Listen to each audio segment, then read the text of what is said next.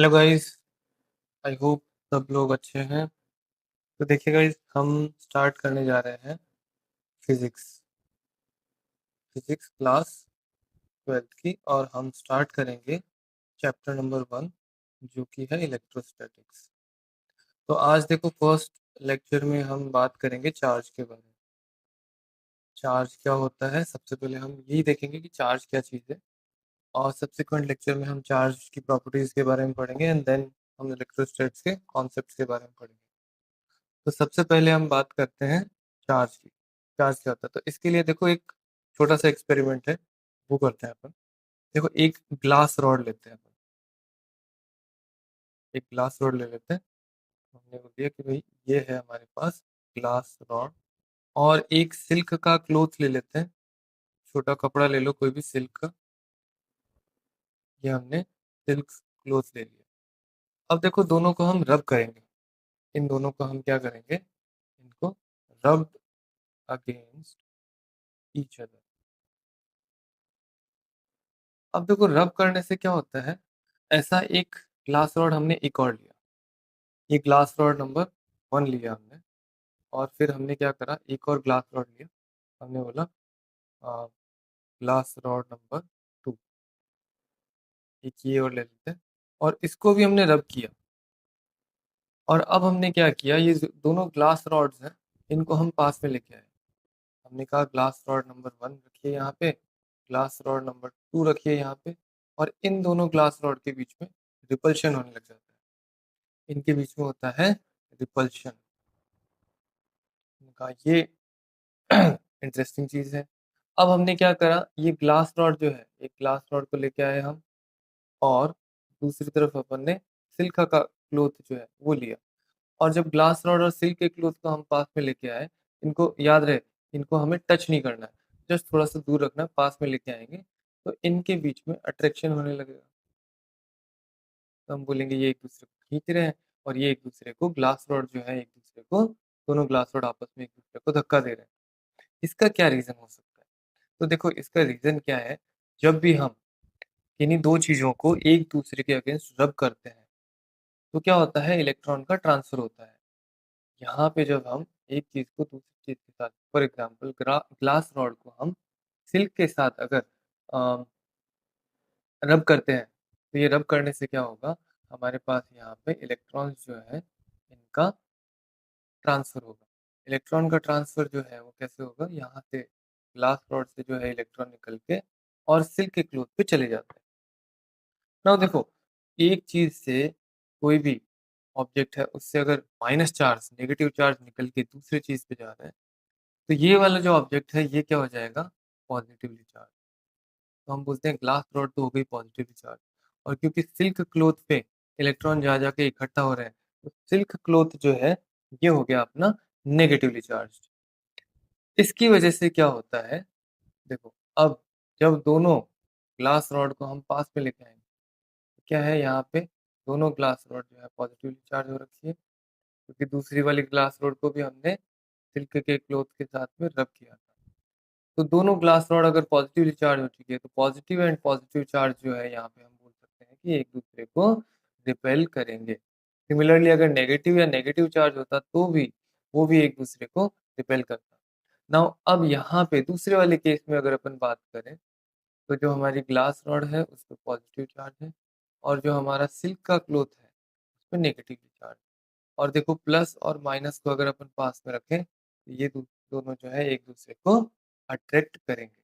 तो इसकी वजह से यहाँ पे ये जो अट्रैक्शन और रिपल्शन का जो हमें फिनोमेना देखने को मिला, ये चीज हुई। अब इस चीज से हमें क्या पता, क्या चलता है, इस चीज से हमें पता ये चलता है, देखो, सबसे पहले यहाँ से हम क्या क्या कंक्लूजन निकाल सकते हैं, कि भाई देखो, चार्ज जो है, charge is of two types. तो चार्ज जो है वो, उसका नेचर दो तरीके का होता है। और ये जो नेचर है, ये इस तरीके का नेचर है कि similar charges, similar charges attract each other, attract each other, and opposite charges, opposite charges repel each other. हमने उल्टा लिख दिया क्या? सॉरी, हमने बिल्कुल उल्टा लिख दिया यहाँ पे। अ, इसको हम इंक्रीज कर देते हैं। थोड़ा सा इसमें हमारी गलती हो गई। सिमिलर चार्जेस रिपेल करेंगे ना, ऑपोजिट चार्जेस तो अट्रैक्ट करेंगे। तो यहाँ पे हम लिखेंगे, देखो, similar charges, similar charges repel each other. Similar charges क्या होते हैं? रिपेल करेंगे ईच अदर। और ऑपोजिट चार्जेस जो होंगे, opposite charges attract each other. तो हमें दूसरी चीज क्या पता चली कि भैया देखो, दो टाइप के तो होते हैं, और ये जो दोनों टाइप है ये एक दूसरे के ऑपोजिट होते हैं।